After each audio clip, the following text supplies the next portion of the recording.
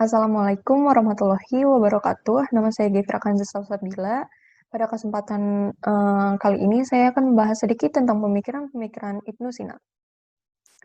Sebelum membahas tentang pemikiran-pemikiran beliau, saya akan menjelaskan sedikit tentang siapa itu Ibnu Sina. Ibnu Sina, atau yang biasa dikenal di dunia barat sebagai Avicenna, adalah seorang polimatik Persia yang dianggap sebagai salah satu pemikir, astronomer, tabib, dan penulis yang paling berpengaruh di zaman kejayaan Islam. Ibnu Sina memiliki lebih dari 400 karya, namun hanya ada sekitar 200-an karya yang berhasil diarsipkan. Dan di antara yang diarsipkan itu adalah karya-karya di bidang filsafat dan karya-karya di bidang medis. Karya-karya paling terkenal milik Ibnu Sina diantaranya adalah Kitab Penyembuhan, yang merupakan sebuah ensiklopedia filosofi dan ilmu.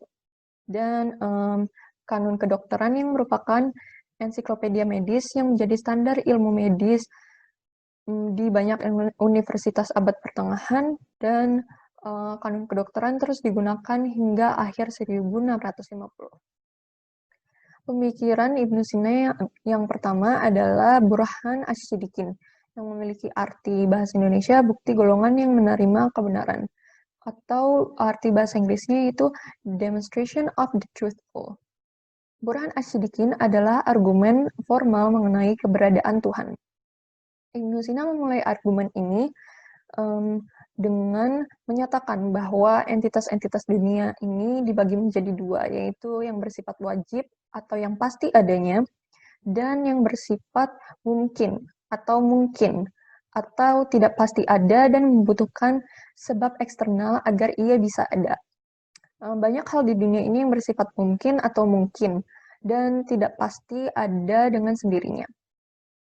Kalau kita mengumpulkan semua entitas-entitas mungkin di dunia ini menjadi sebuah himpunan, himpunan entitas-entitas mungkin ini juga akan bersifat mungkin. Maka dari itu, himpunan entitas-entitas mungkin ini harus memiliki sebab eksternal agar ia bisa ada. Entitas eksternal ini tidak mungkin bersifat mungkin, karena semua yang mungkin adalah bagian dari himpunan entitas mungkin tersebut, dan bukanlah suatu sebab eksternal. Dengan demikian, menurut kesimpulan Ibnu Sina, entitas eksternal itu pastilah bersifat wajib. Ibnu Sina menyebut entitas ini sebagai wajib al-wujud, atau yang berarti yang wajib ada, dan mengidentifikasikan entitas ini dengan Tuhan.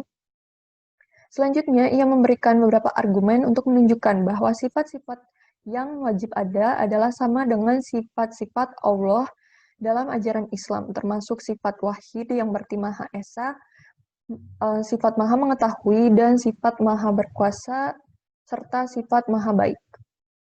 Selanjutnya adalah Avicennism. Avicennism adalah sebuah ajaran mengenai filsafat Islam yang dibangun oleh Ibnu Sina. Ia menciptakan filsafatnya sepanjang hidupnya setelah dibuat tersentuh oleh metafisik karya Aristoteles dan mempelajari karya tersebut selama setahun. Menurut Henry Cobbin dan Syed Hossein Nasr, ada dua jenis Avicennism, yaitu Avicennism Islam dan Iran dan Avicennism Latin. Menurut Syed Hossein Nasr, Avicennism Latin dilahirkan dari karya-karya filsafat Ibnu Sina sebelumnya. Ajaran Avicennism Latin ini mengikuti mazhab Peripatos, yaitu mazhab milik Aristoteles. Dan ajaran Avicennism Latin ini mencoba mendeskripsikan struktur realita dengan sistem berpikir rasional. Pada abad ke-12 Masehi, Avicennism Latin menjadi sangat berpengaruh di daerah Eropa, terutama di Oxford dan Paris.